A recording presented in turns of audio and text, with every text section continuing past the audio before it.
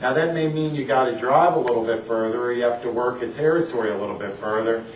I'm a road warrior, so that's an argument you'd have a hard time making with me. I mean, on this trip that I'm on now since December 11th, I'm heading back to LA on Friday. But I've driven cross-country with appointments along the way, and I've been back and forth from Columbus, Ohio to Fonar 4 times, just to make the deal in that period of time. So when it comes to making a deal, I believe that the rep has to go where the deal is. You very rarely get the deal to come to where the rep is. So what that says to me in a marketing strategy is I would want to first look at those grids of the country that there's nothing. I mean, look at the major, LA, in LA, I think there's only 2 in LA itself. Or in Southern California, you have 11 altogether. But in what's considered LA proper, there's only 2. Two in Beverly Hills, right? Well, there's one in Beverly Hills, there's one down the block in LA, which is Right. a couple miles, a mile away. Yeah, but where's the next ones? They're over in the valley, or they're over out further east. The closest So you have long drives, even in a city like LA with that kind of population. You look at recumbents, you go to the phone book, there's tons of them. So you don't really have to be one on top of another. You can spread it out by your marketing. And there, I think, then the customer sees it a little bit more as exclusive and then does feel a little bit better. When you go to a prospect, say my marketing strategy is, look, I'm looking to put them all over. That's why I'm talking to you here. I happen to think where people live as being their investment is not the way I'm going to look at it either. I like that Dr. Damadian and the organization here, Lou and Sol and these guys, have basically figured where it would be best to put them, and I'd rather find investors that I go to and say, you know what, we find that Detroit needs 3 more machines, so what if you live in Florida? If this is where it's going to make the money and we manage it and all those things, this is the way I see the investment. So I'm an out-of-the-box thinker, I think, when it comes to marketing. AT&T taught me a lot of this. What they taught was you always need to know what your objections are first, and then you write your script. Because if you can neutralize everything in the presentation before you get to the close, and it's crystal clear, I call that part of the system questioning the clarity. Once you have everything crystal clear, I get an agreement from the investor up front, or anybody that I'm selling to. This is what I actually get from them. When I first sit down with them and I've warmed up and we all feel relaxed, the first thing I do is what's called a yes-no statement.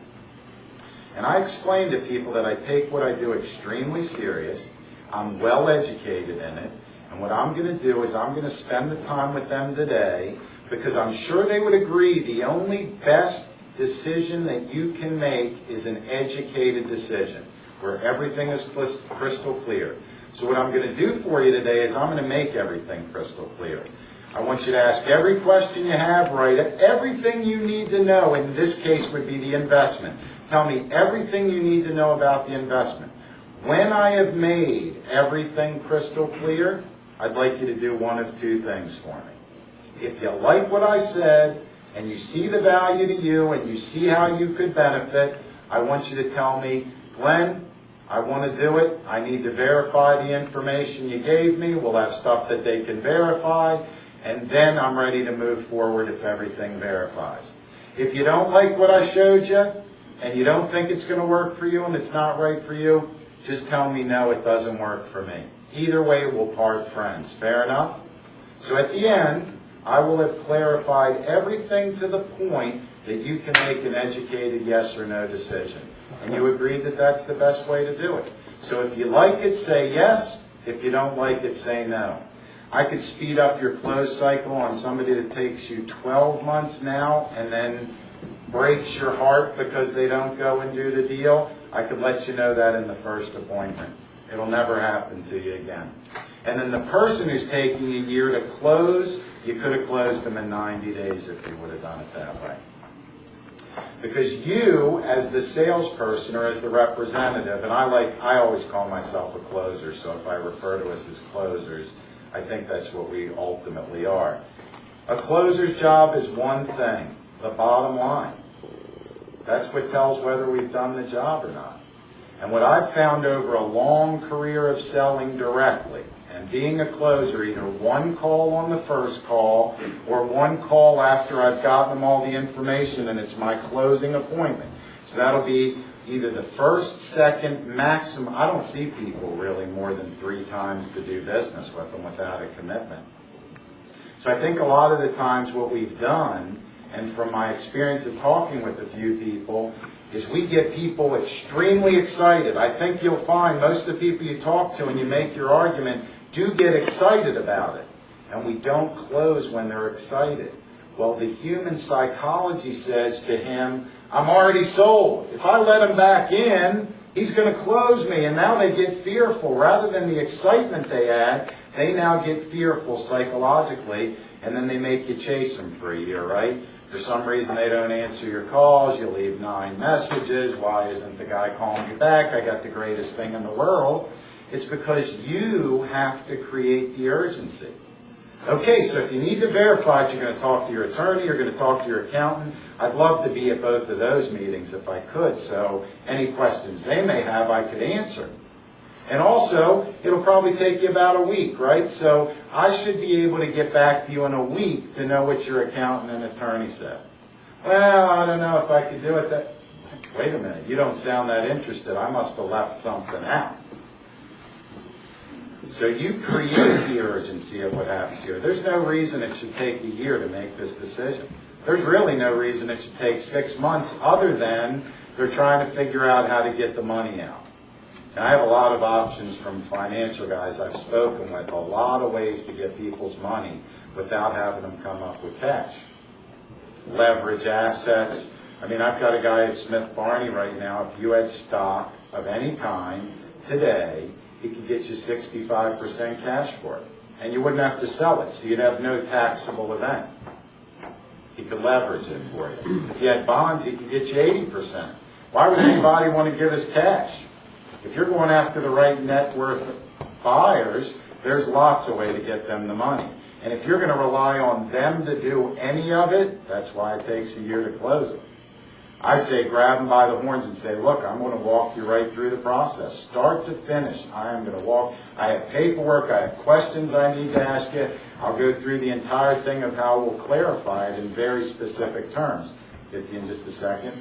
But I believe that the closing cycle and what's considered long closing cycle sales, this is not a long closing cycle sale, the way I see it. This is an urgency sale. You either create the urgency and get them fired up and get a commitment, we're going to move forward, or I would say figure in your mind you're done with them, go on to the next one.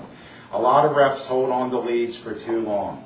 And if you want, during the break, of course, Doug's been with me for a long time, so he's seen and he's got his own businesses as well. We've done business together. I truly am an action guy. If I grab a hold of something that I believe is good, and I know you're really qualified, I'm going to take you to a yes or no as quickly as I can. If you are not interested, Bob, please just tell me no. Because I have a lot of people that are going to, you can see how great a thing it is. If it doesn't work for you, tell me no, let me move forward.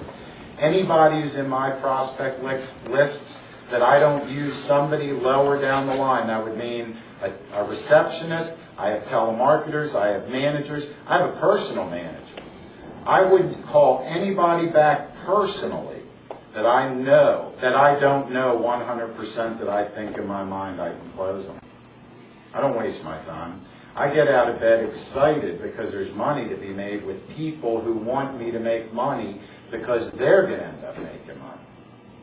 I don't get out of bed worried about the negatives of what may come up in the day. I got to tell you, just before we take the break, because is that what we want to do? I wanted to throw one thing in before the break. This is how I start my day. Maybe a change of perspective for everybody. I like to throw this in. Somebody told me, and it made a tremendous difference to me, and it's made a tremendous difference in the life of everybody I've told it to that's tried it. I was told very early on that you have to be grateful for everything that you have. For example, my father doesn't call it charity, he calls it responsibility. So I had a kind of a different upbringing. But one of the things that we were taught early on is to be grateful for everything that we have. That means even things we don't know and I won't get into a religious discussion because I don't think that's necessary.